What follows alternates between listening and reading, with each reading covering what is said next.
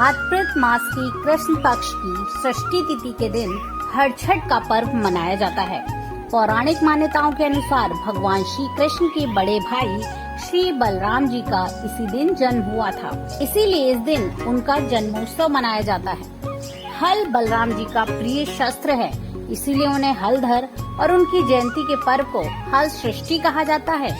पूरे भारतवर्ष में इस त्योहार को और भी कई नामों से जाना जाता है, जैसे ललही छठ, चंद्र छठ, बलराम जयंती, बलदेव छठ, रंधन छठ, हल छठ, हर छठ व्रत, चंदन छठ, तीन छठी और तिन्नी छठ।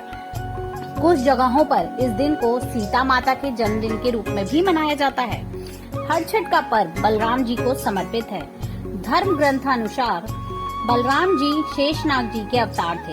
द्वापर युग में जब भगवान विष्णु ने श्री कृष्ण के रूप में जन्म लिया, तब शेषनाग ने उनके बड़े भाई बलराम के रूप में जन्म लिया था। बलराम जी माता देवकी और वासुदेव की 7वीं संतान थे।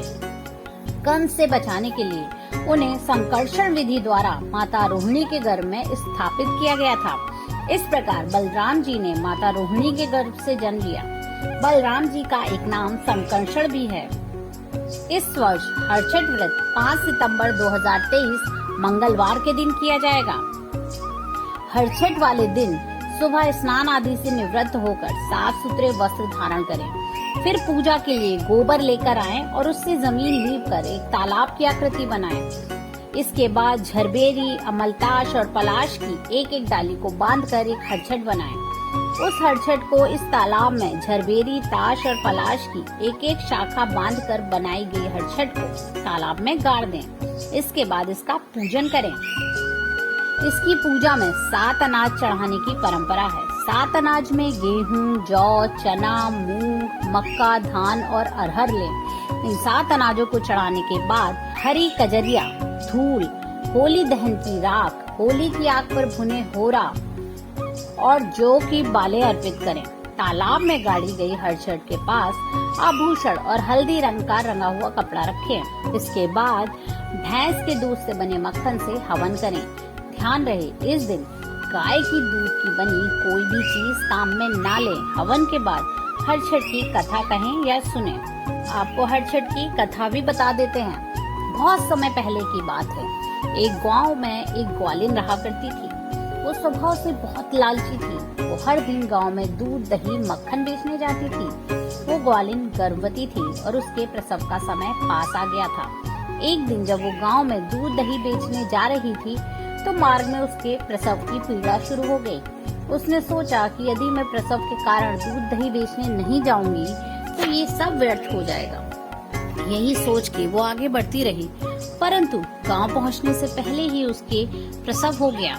उसने झरबेरी की ओट में बच्चे को जन्म दिया, परंतु अपनी वस्तुएं बेचने के उन्माद में वो बच्चे को वहीं छोड़कर गांव में दूध, दही बेचने चली गई। उस दिन संयोग से हरछठ थी। गांव वालों ने उससे पूछा कि ये दूध भैंस का है या गाय का? आज हल षष्ठी है और हम आज सिर्फ भैंस के दूध की बनी वस्तुएं ही उपयोग में लेंगे। उसने मन ही मन सोचा, यदि मैं इन्हें सच बता दूंगी तो ये दूध गाय और भैंस दोनों का मिश्रित है, तो ये लोग आज मुझसे दूध नहीं खरीदेंगे। इससे मेरा सारा परिश्रम और दूध व्यर्थ हो जाएगा।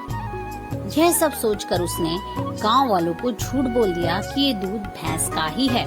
भोले भाले गांव वालों ने उसकी बात को सच मानकर उससे दूध खरीद लिया। उस ग्वालिन को आभास भी नहीं हुआ कि उसने कितना बड़ा अपराध किया है।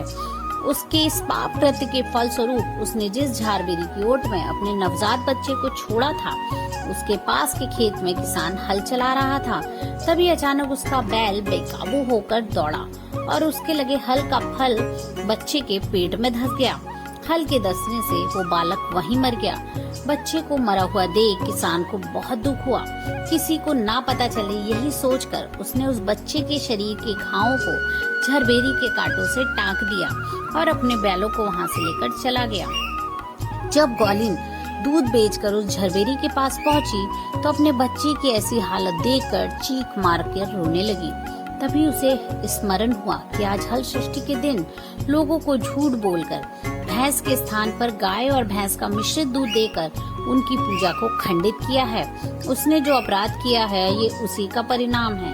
ईश्वर ने उसे उसी पाप की सजा दी है। यही सोचकर उसके मन में प्रायश्चित का भाव जागा और अपने पाप का प्रायश्चित करने के लिए वो वापस उसी गांव में गई जहां उसने लोगों को दूध बेचा था। वहां हर घर, हर गली मोहल्ले में घूम घूम कर उसने अपनी गलती स्वीकारी और उन लोगों को उसे मिली सजा के विषय में बताकर उनसे क्षमा मांगी। तब उन स्त्री पुरुषों को उस पर दया आ गई और उन्होंने उसे क्षमा कर दिया। साथ ही ईश्वर से प्रार्थना करी कि इस ग्वालिन की भूल को क्षमा करी। सभी से क्षमा मांगने के बाद जब वो एक बार फिर झारबेरी के नीचे पहुंची तो उसने देखा कि उसका बच्चा जीवित अवस्था में है। उसकी खुशी का कोई ठिकाना नहीं रहा। उसने हाथ जोड़कर ईश्वर का धन्यवाद किया और भविष्य में कभी भी असत्य ना बोलने का प्रण लिया। अपने स्वार्थ के लिए असत्य बोलना बहुत बड़ा पाप है। इसको ब्रह्म हत्या के समान माना गया है। इसीलिए हमें कभी भी अपने स्वार्थ और दूसरों का अहित करने के लिए झूठ नहीं बोलना चाहिए।